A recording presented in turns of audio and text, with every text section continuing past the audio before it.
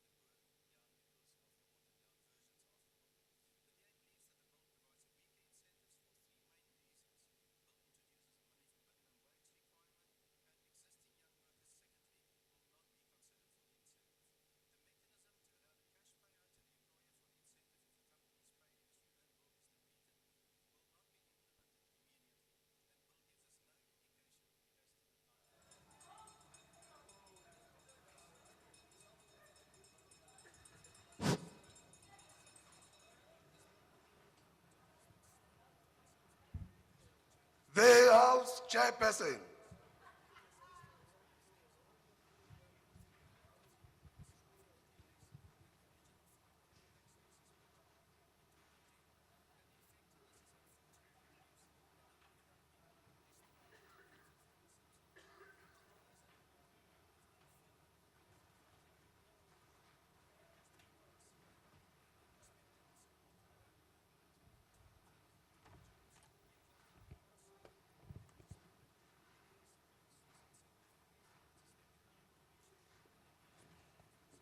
We will now have an opportunity for silent prayer or meditation.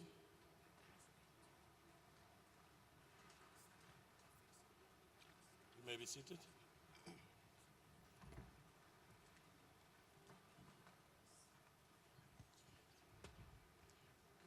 Honorable members, I've been informed that the whipper has agreed that there will be no notices of motions or motions without notices. We shall therefore proceed, and in so doing, I call on the Secretary to read the first order of the day. Consideration of Geomatics Professions Bill, B4B 2013, and of report of Select Committee on Land and Environmental Affairs thereon. Honorable Pigani.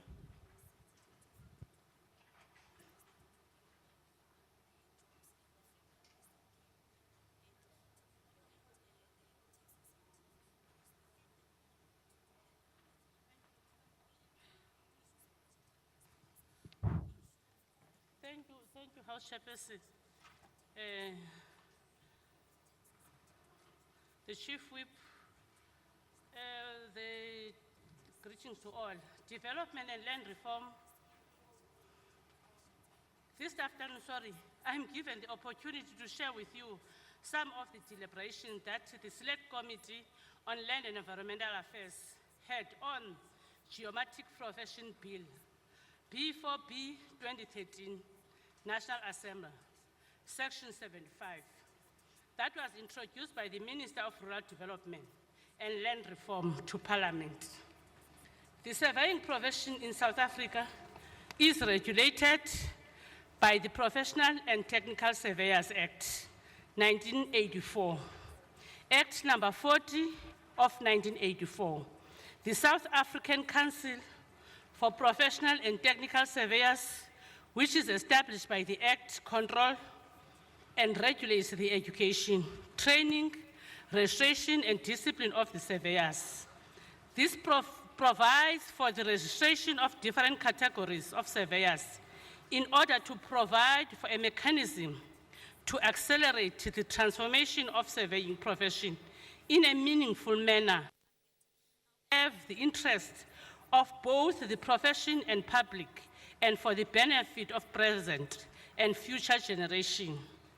The Geomatics Profession Bill has been processed. The bill acknowledges that geomatics and geomatics profession are areas of expertise involving a number of activities. It acknowledges that geomatics must pursue and serve the interests of the public to benefit current and future generations, and oblige the South African Geomatics Council to strive to achieve the transformation of the profession to ensure its legitimacy and effectiveness, to achieve high standards of quality and integrity in the profession. The Select Committee on Land and Environmental Affairs, having deliberated and considered the subject of Geomatics Profession Bill, B4B 2013, referred to it and classified by the JTM as a section, National Assembly, Section 75, agrees to the bill. I thank you, Chair.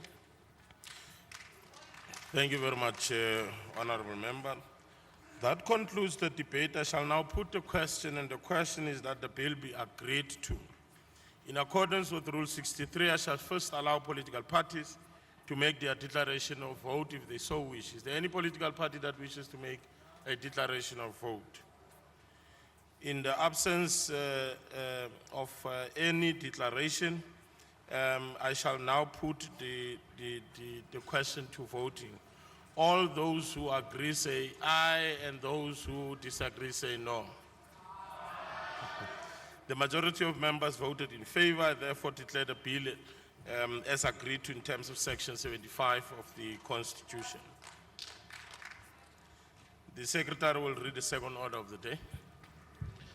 Consideration of Electoral Amendment Bill B22B 2013 and of report of Select Committee on Social Services thereon. Honorable Gasmeni. Thank you very much, Honorable House Chairperson, Honorable Chief Whip, and Honorable Members of Parliament. The Electoral Amendment Bill has come a long way since the Electoral Laws Amendment Act of 2003, which took away the voting rights of a certain category of detainees. When the principal act, the Electoral Act of 1998 was amended, it resulted in the disenfranchisement of people sentenced to imprisonment without the option of a fine. It did this by preventing them from registering as voters and prevented them from voting whilst held in correctional centers. However, those detainees who were unsentenced and those who were imprisoned because they had failed to pay fines were also allowed to vote by the same Electoral Laws Amendment Act of 2003 and prevented other prisoners from voting. This 2003 Amendment Act was declared unconstitutional through the case of the Minister of Home Affairs versus National Institute for Crime Prevention and the Rehabilitation of Offenders, which is NICRO in short. The court declared that there was no just reason why the option of a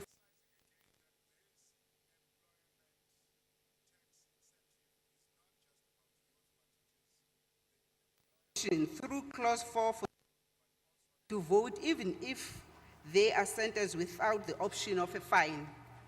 The exact deletion made by the current amendment bill will no longer allow the Chief Electoral Officer to prevent those detainees sentenced without the option of a fine from registering as voters. The Principal Act of 1998 also had the effect of denying franchise to those persons who were absent from the country on polling day of the elections. Section 33 of the Act provided for a special vote only to those persons temporarily absent from South Africa for the following reasons: taking a holiday, going away on a business trip, option to study abroad at a tertiary institution, taking an educational visit, or participating in an international sports event. This section of the Act thus extended voting right only to those citizens meeting this criteria mentioned above. As such, a person who is unable to cast a vote in the Republic for any reason other than those given in the Principal Act would not be deemed eligible for a special vote, and they would have no voting rights. Within the parameters of the Constitution, travel abroad for any reason as a citizen does not diminish or deny voting rights. The current amendment bill has now been reworded and extends special votes to those registered voters who will be absent from the country on the polling day.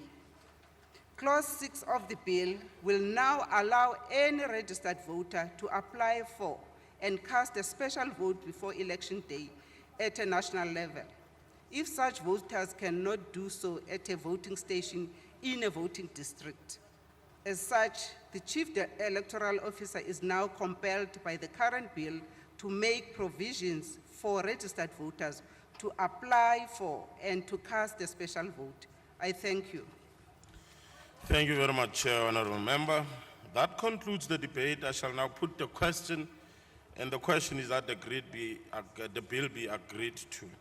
In accordance with Rule 63, I shall first allow political parties an opportunity to make their declaration of vote if they so wish. Is there any political party that wishes to make a declaration of vote? Democratic Alliance. Thank you, Chairperson. According to Section 19 of the South African Constitution, 1996, every South African citizen can vote for any legislative body. The bill restricts the right of some South African citizens to vote on the provincial ballot paper allowing them to only vote on the national ballot paper. The Electoral Amendment Bill prevents South African citizens who reside abroad from voting on the provincial ballot paper. This unfairly limits the ability of citizens to exercise their rights, and as such, this bill is unconstitutional and cannot be supported. The Electoral Amendment Bill also restricts the ability of South African citizens who reside inside the Republic from fully exercising their right to vote. While the bill now provides for a special vote for citizens who will be absent from the voting districts on the day of elections, it still restricts citizens from casting their vote from outside their provinces. The DA believes that there should be no restraints on the ability of citizens to exercise their right to vote, including voting from outside one's province. The DA thus believes that this is a major restriction on every citizen's constitutional rights. We also believe that the IEC should create voting stations in cities across the world where there are more than 500 South Africans situated in one place.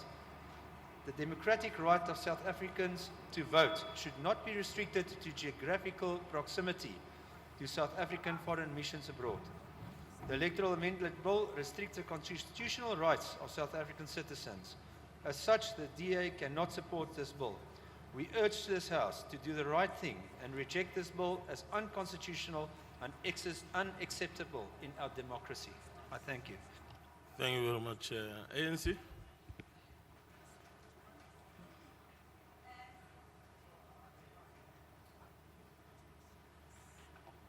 Thank you, Chairperson. Chairperson, I must say that I stay in Mpumalanga. And on the day of the elections, knowing that I will not be in Mpumalanga on the day of the elections, I am going to forfeit my right to vote for my province. I don't understand how the DA can expect us, because this is a practice that has been happening, that the DA can expect us to say the people that are not even in the country can vote on a provincial election, whereas I, being in the country, I forfeit that, except if I am in the country and apply for a special vote, which means I will be somewhere in the country. So on those, I just want to say, Honorable Chairperson, the DA has no basis for their denial. It's just they don't want to reason, and they don't want to show that they understand the election processes of this country. And for that, we don't support, we don't even want to get their reasoning for not accepting this bill. Thank you, Chair. Thank you, Honourable Member Cope.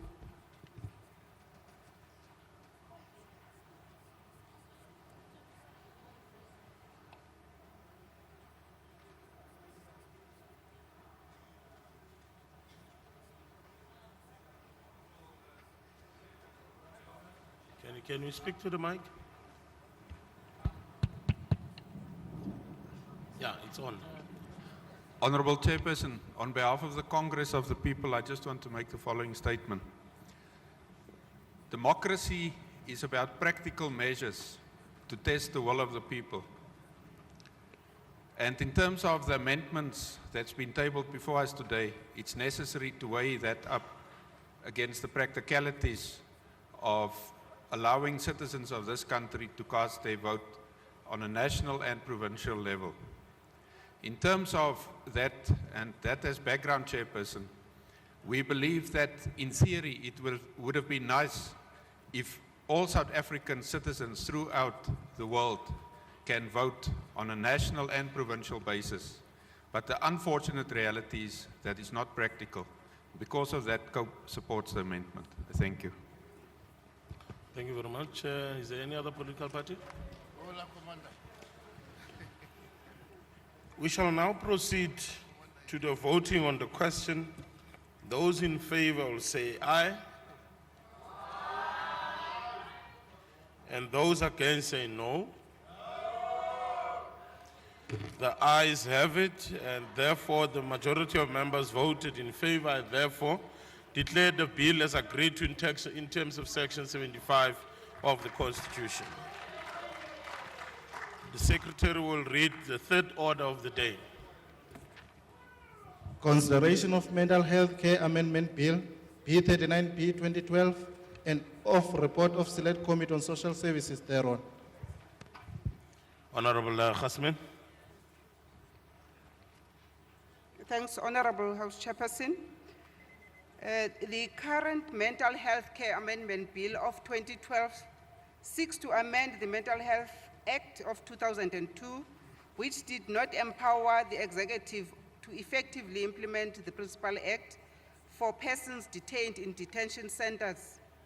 Recognizing that the Constitution grants access to health care services to everyone, the Mental Health Care Act therefore compels the department to extend mental health care services even to detainees who are involuntary health care users. In practice, the state is legally obliged to transfer those deemed mentally ill to state health establishments where appropriate supervision can be provided. The reality, though, is that not all state patients in detention facilities can be transferred from these detention facilities to hospitals and other institutions. Currently, the duties relating to the transfer of state patients from detention centers lie with the Director General. These studies are largely administrative and take up a great deal of time for other priorities. The task can largely be transferred to other staff in the National Department.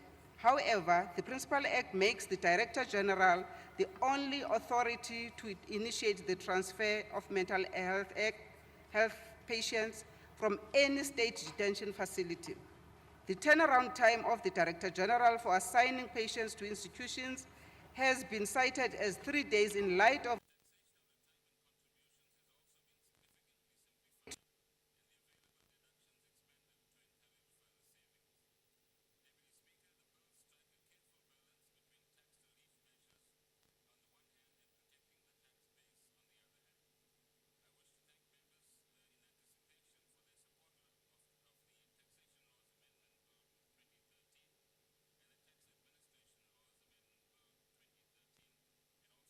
detention centers to health establishment.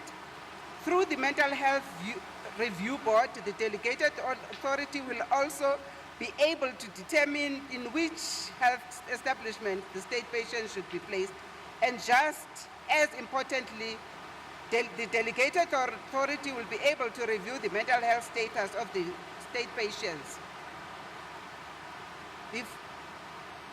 This amendment, therefore, enables the Director General to identify and authorize a staff member to take on the responsibility of determining the transfers of state patients from detention centers. The Director General will now be able to work on other national responsibilities.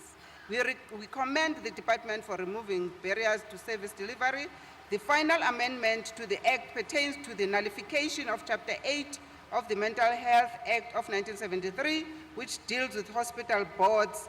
The current bill deems chapter necessary in light of provision made for hospital boards by Chapter 6 of the National Act of 2003. All 9 provinces have noted in favor the Mental Health Care Amendment Bill, and the committee recommends that the House approves the said bill. I thank you very much. Thank you very much, Honourable Member. That concludes the debate, and I shall now put the question, and the question is that the bill be agreed to. In accordance with Rule 71, I shall first allow provinces the opportunity to make their declaration of vote if they so wish. Is there any province that wishes to make a declaration of vote? In the absence of any, then we shall now proceed to the voting on the question, and shall do this in an alphabetical order. But before we do that, may I first ascertain whether all delegation heads are present in the House. Are they all present? Then we shall proceed with the voting. Eastern Cape? Thank you, Chairperson. Eastern Cape agrees with the bill. Free State?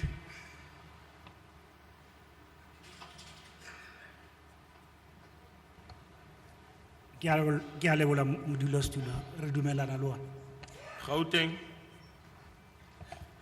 Chair, Gauteng agrees with the bill. KwaZulu-Natal? Yeah, Chairperson, we agree with the bill. Limpopo? Limpopo ikotendelelana nazo.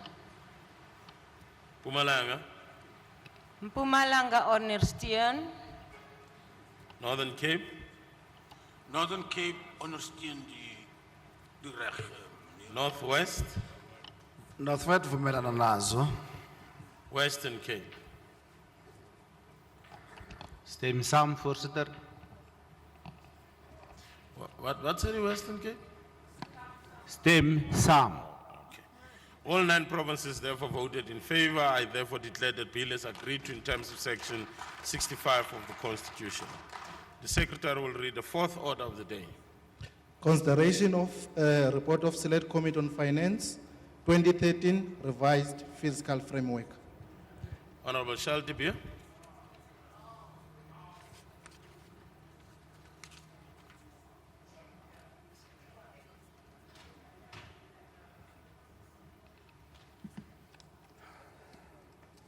Honorable Chairperson, on the 23rd of October 2013, the Minister of Finance tabled the 2013 fiscal framework with the medium-term budget policy statement in Parliament. The Minister and the National Treasury briefed the Joint Committees on Finance, as the Select Committee on Finance and Standing Committee on Finance on the 24th of October. The Standing Committees on Finance jointly conducted public hearings on the revised fiscal framework on the 29th of October, and Business Unity South Africa, the National Union of Metal Workers South Africa, and Solidarity Research Institute appear before the committees. The MTBBS sets the economic context for the next budget and explains the fiscal policy and presents a 3-year spending framework. The MTBBS further outlines government's intent to, amongst others, keep government debt in a sustainable long-term path and implement the National Development Plan. The plan provides a platform for increased collaboration between government, business, labor, and civil society. Such cooperation on the South African goals is expected to boost consumer and business confidence and translate into higher levels of investment, employment, and growth. The NDP is the roadmap for South Africa, and we will have to get South Africans working. And it's our role, Honourable Chairperson, to take this National Development Plan and lecture our constituents in our constituency on this and explain where the money comes from to implement this plan.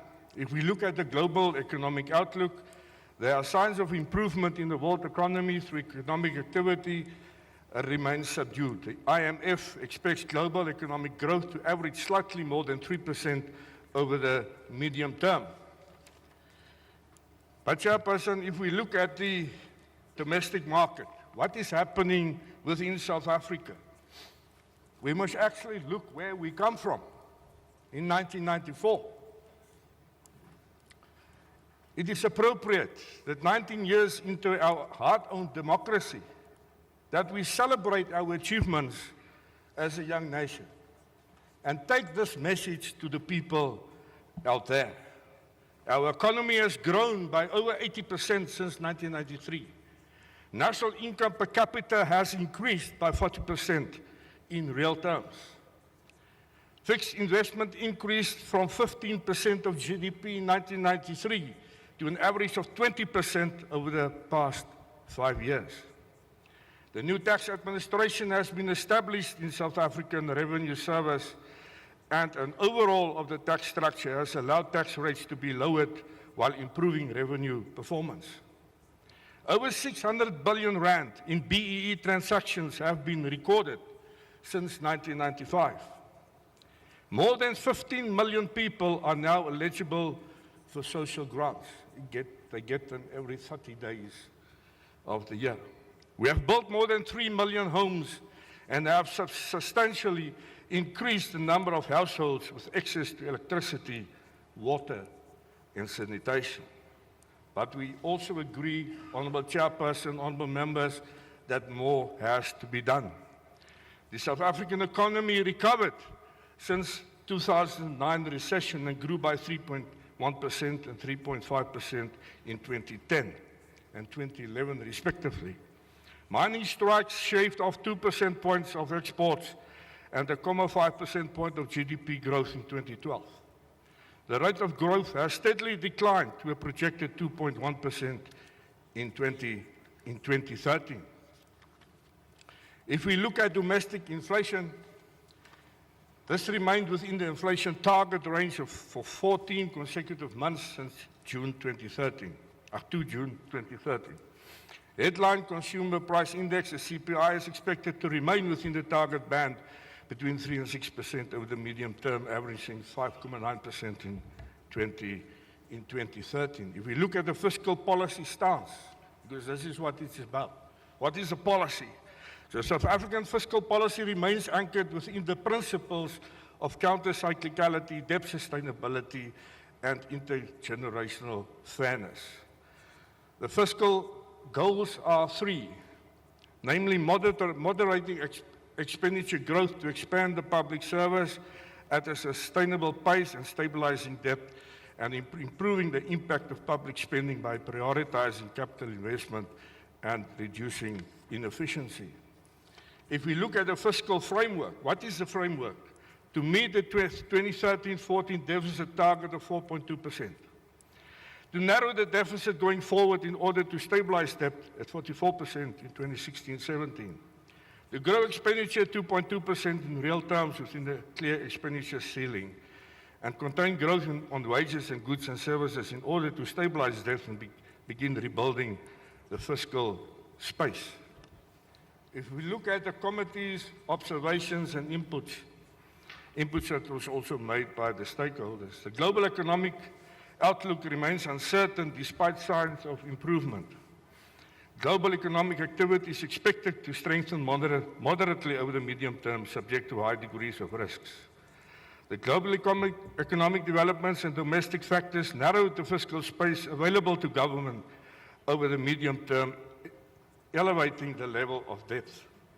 South Africa's economic prospects remain closely linked to the global developments. The revenue forecasts are premisely largely on macroeconomic projections, which are also dependent on global and domestic developments. Prudent and sound macroeconomic policy has provided support to the economy and reduced exposure to volatility. South Africa has limited fiscal space to maneuver, but the fiscal position remains sound, reinforced by accommodative monetary policy. The effective and speedy implementation of the National Development Plan will accelerate South Africa's growth. Cabinet will decide on details of cost containment instructions that will be issued during the 2014 budget. Participation in the electricity sector. Though government remains the key employer, about 80% of jobs are provided by the private sector, and 70% of the overall contribution to economic growth is provided by the sector. South Africa is growing at a relatively low rate, and business seems prepared to take a high risk in Africa than in South Africa. The financial sector reforms are now in the implementation phase, with the Twin Peaks legislation to establish two regulatory authorities to be submitted to Cabinet. Honourable Chairperson, the clothing sector and textiles competitiveness performance is also a program that we noted.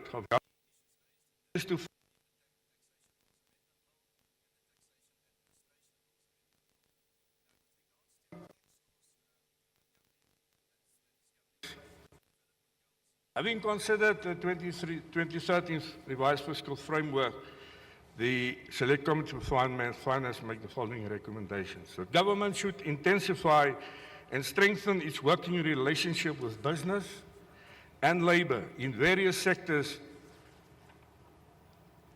of civil society, to build confidence within the economy, to reduce reliance on foreign investors, to finance investment and create jobs. That the National Treasury should assist with the implementation of the National Development Plan and ensure that the departments align their strategic plans, annual performance plans, sector plans, delivery agreements and budget with the priorities and strategic objectives articulated in the NTP.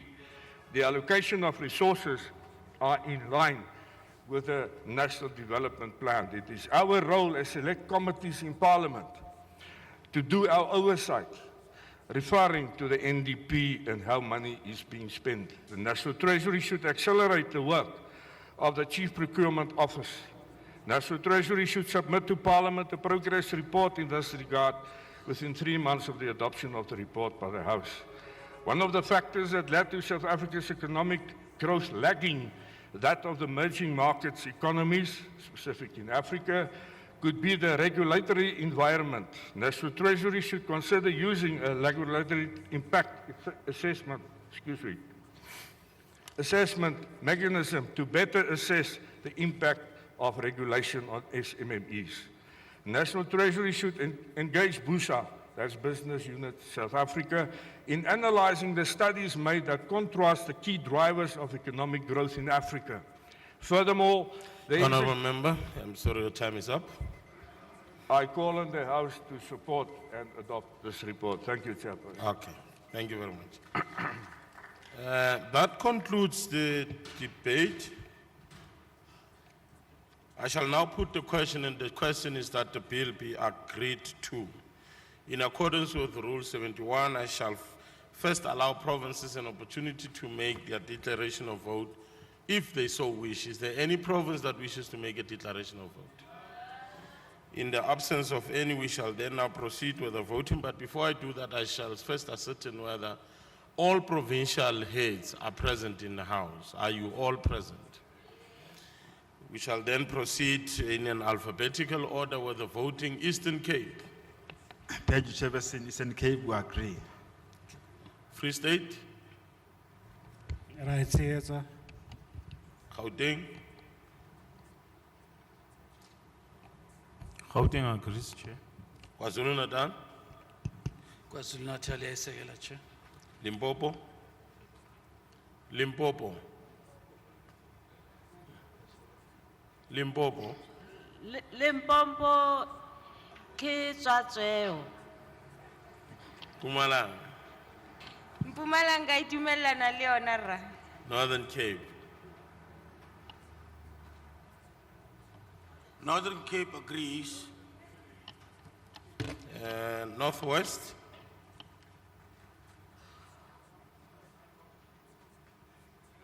Northwest support. Western Cape. Ondersteun. All 9 provinces voted in favor. I therefore declare the vote, the report is agreed to in terms of Section 65 of the Constitution. The Secretary will read the 5th order of the day. Consideration of report of Select Committee on Security and Constitutional Development, United Nations International Covenant on Economic, Social and Cultural Rights. Honorable Mufokeng.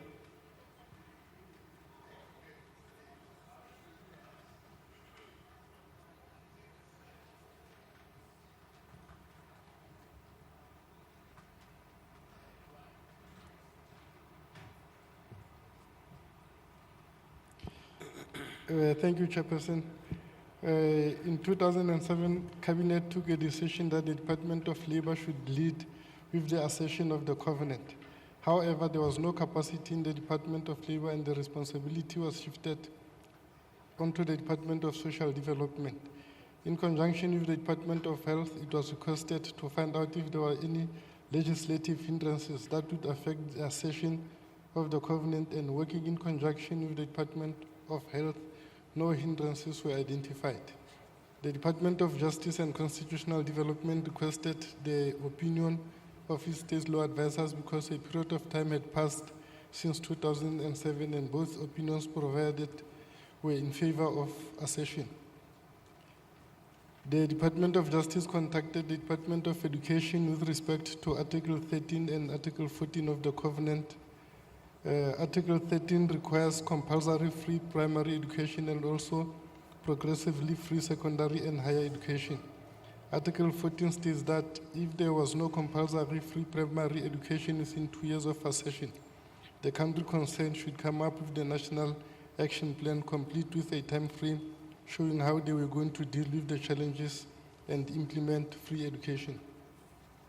The relevance of the covenant is that it promotes some of the key developmental goals of South Africa, addressing the challenges of inequality, poverty, and unemployment.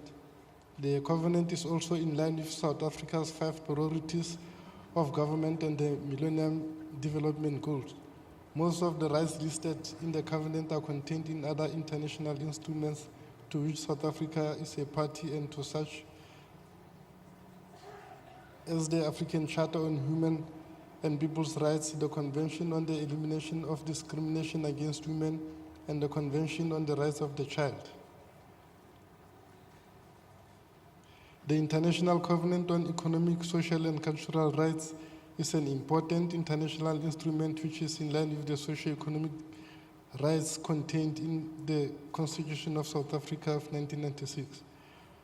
By ratifying this covenant, South Africa will be sending a strong message to the international community that it will abide by the principles contained therein, and that South Africa will be accountable in terms of regular reporting to the United Nations on the implementation of the covenant in South Africa. I table the report for adoption. Thank you. Thank you very much, Honorable Member. I shall now put the question, and the question is that the report be agreed to. In accordance with Rule 71, I shall first allow provinces an opportunity to make their declaration of vote if they so wish. Is there any province that wishes to make a declaration of vote? In the absence of any, we shall then proceed, and in proceeding, we shall then ascertain as to whether all delegation heads are present in the House. Are they all present in the House?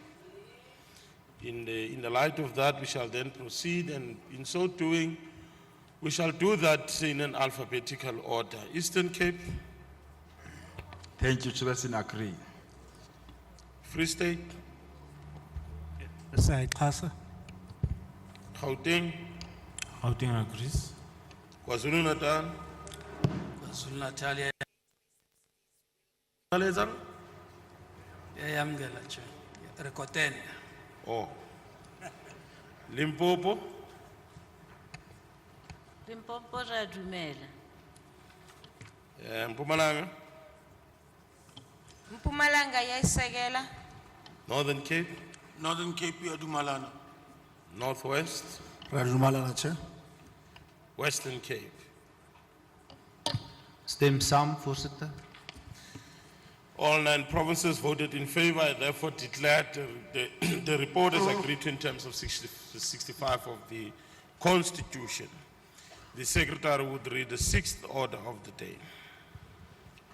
Consideration of report of Select Committee on Security and Constitutional Development, policy guidelines for the selection of national priority offences by the National Head of the Directorate for Priority Crimes Investigation, DPCI, and the policy guidelines for the referral to the DPCI by the National Commission of any offence or category of offences for investigation by the DPCI.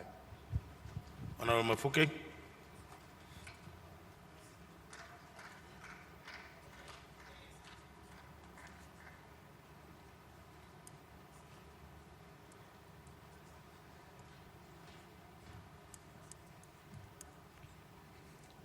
Thank you, Chairperson.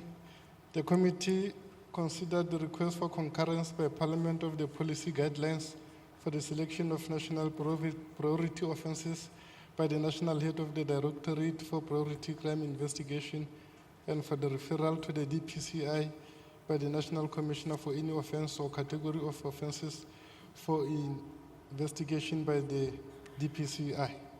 The policy guidelines provide a basis for the selection of national priority offences, which are high treason, sedition offences in terms of the protection of constitutional democracy against terrorism and related activities, Schedule 1 of the implementation of the Rome Statute of the International Criminal Court Act and the Non-Proliferation of Weapons of Mass Destruction, the Regulation of Foreign Military Assistance Act, and the Prohibition of Mercenary Activities and the Regulation of Certain Activities in country of armed conflict.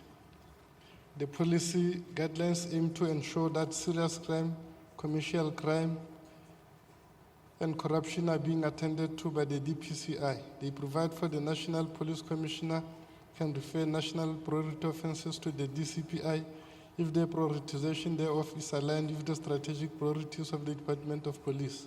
Such referral must be in writing and must be accompanied by an affidavit and supporting document that contain prima facie evidence for the commission of a crime. The Select Committee knows that the implementation plan must be submitted to the Minister of Police within 1 month of the policy guidelines coming into force. The committee therefore recommends that the House approve the DPCI policy guidelines. I so move. Thank you very much, Honorable Member. That concludes the debate. I shall now put the question, and the question is that the bill be agreed to. In accordance with Rule 71, I shall first allow provinces an opportunity to make their declaration of vote if they so wish. Is there any province that wishes to make a declaration of vote? In the absence of any, we shall then proceed with the voting. But before we do that, I shall first ascertain as to whether all delegation heads are present in the House. Are they all present in the House? In the light of that, we shall then proceed with the voting, and I'll do that in an alphabetical order. Eastern Cape. Eastern Cape, siyavumelana. Free State.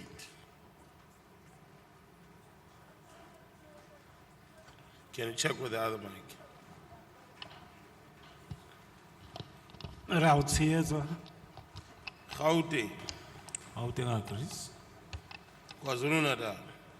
Sesekela, Chair. Limpopo. Hina seketela. Mpumalanga. Empumalanga sikhambisana nayo. Northern Cape. Northern Cape yadumalana. Northwest.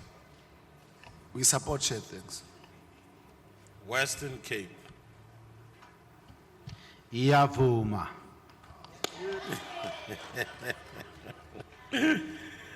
All 9 provinces voted in favor. I therefore declare the vote. Declare the report as agreed to in terms of Section 65 of the Constitution. Honorable members, that brings us to a point where we must say, as the last sitting, it was quite historic that we had a sitting under conditions where nature was also drizzling above us. It is quite this first time. The last time it was in the Free State, but it did so before we arrived. Now this time around, during the sitting, we had a nice sound of showers from wherever. That concludes the business of the day. Honorable members, you are requested to remain standing until the procession has left the House.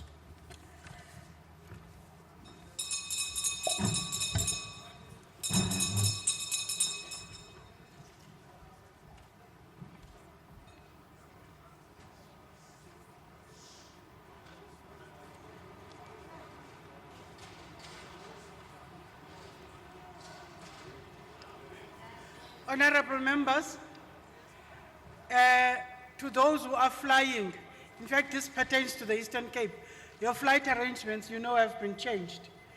But to all other members, please make sure that before we all come here, you would have checked out, and those who are not driving,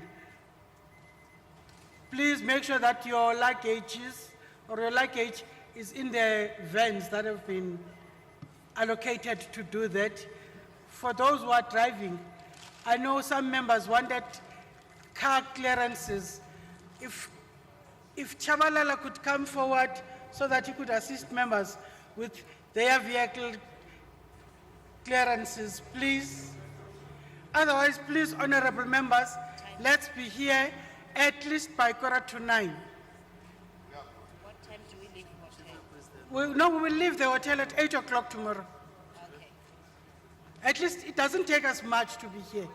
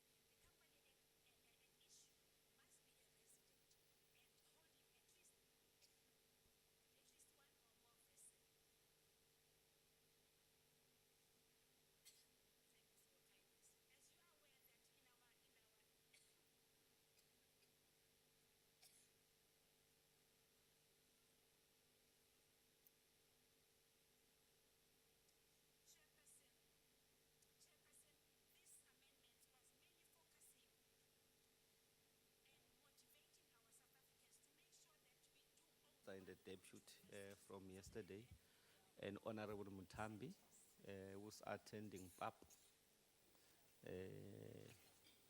Pan-African Parliament. Yes, PAP. I can see others who didn't have lunch when I say PAP. They think that I'm talking about and flays, you know, and those things. Honorable Kekane, he should be taking a question in the House. So probably if we are here after 3, he might go and take a question and come back. Honorable Soma, Honorable Killen. Thank you, Honorable Chair. Also to say Honorable Lesoma also will go together with Comrade Honorable Kekan. I will. Thank you, Chair. I didn't know that we are married. We are going together. Honorable Killen, Honorable Murutwa. No, Chairperson, I just want to know how accurate are you? You said they will be going at 3. Did you look at the agenda of the House? Because I was saying if it's fine if people want to be part of the 2 items that we have for the day, but maybe just consider to release them earlier so that they mustn't miss, you know what would happen. Thank you. I don't know how Mr. Honorable Kekane calculated. It's him who told me about 3. The house starts at 3. Oh, okay. Oh, it's a normal. It's not our 2. Okay. I thought it's running.